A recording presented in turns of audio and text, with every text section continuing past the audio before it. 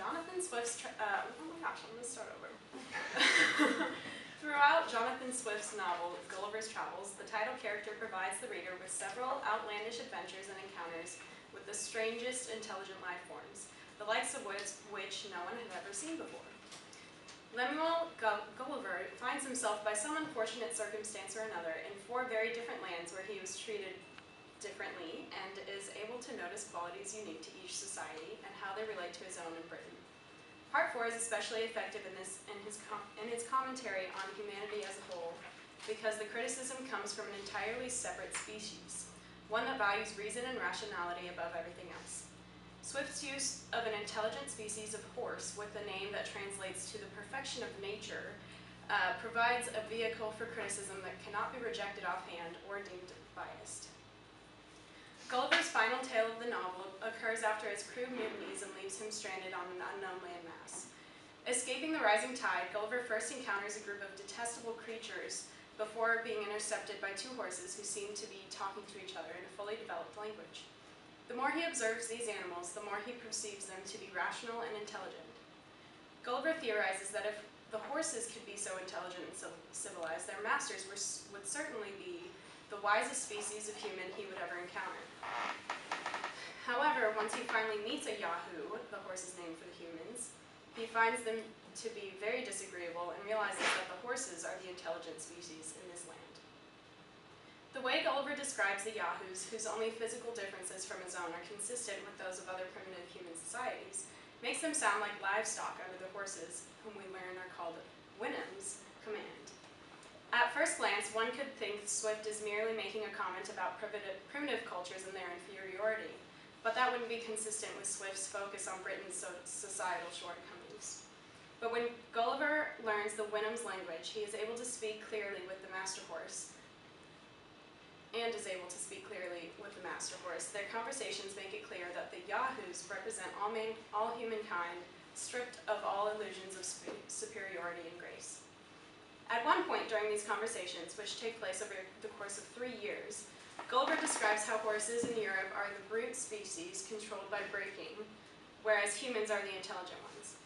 Naturally, this upsets the master horse, but he admits that if the Yahoos, where Gulliver comes from, are the more intelligent species, though the horses are stronger, it would make sense that humans have control because reason wins over strength every time.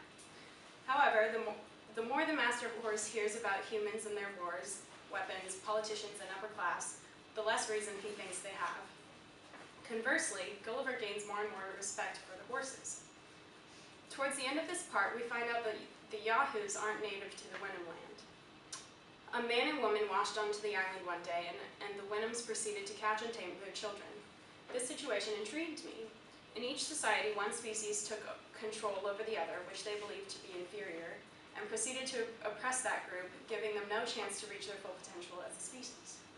The conquered species is then forced to become inferior through lack of resources and opportunity, though originally they may not have been by nature's laws. Swift seems to be making an analogy between the breaking of a horse, or in this case a Yahoo, and the effects of widely adopted prejudice, especially in the context of colonialism. Using a different species, especially one that humans view favorably to observe human nature, makes it possible for Swift to point out the odd qualities that humans supposedly possess, yet don't think about very often. Things like an obsession with filth, hatred toward each other, and love of shiny rocks are pointed out as a part of human nature. Were Gulliver's master another variant of human, like in the other lands, he wouldn't find these oddities worth mentioning. Likewise, when the master horse hears Gulliver's stories of humanity's way of life involving war and corruption, something which we have become numb to, he is shocked and offended. Our own prejudice sees the Wynnums in a positive light, as humans generally like horses. We think they're good, useful animals. So when an animal we respect calls out our shortcomings, it is especially poignant, just as it would be if a person we looked up to criticized our behavior. It is interesting to note Gulliver's description of the Wynnum society and how their complete devotion to reason affects their customs. While devotion to reason sounds great, we wouldn't necessarily agree with some of their customs. For example, the Wynnums believe in equal education of the sexes, which is wonderful, but they only marry horses of the same color, which we might consider racist. Furthermore, their marriages are arranged, and they will trade children in order to keep a balance of gender in the population. With the emphasis on rationality, emotions don't come into play. It is hard to say whether Swift truly believes complete rationality is a good thing or not, but after 3 years, Gulliver much prefers living in Wenham Land than with the Yahoos in Britain. In fact, when he finds out he has to leave, he actually faints.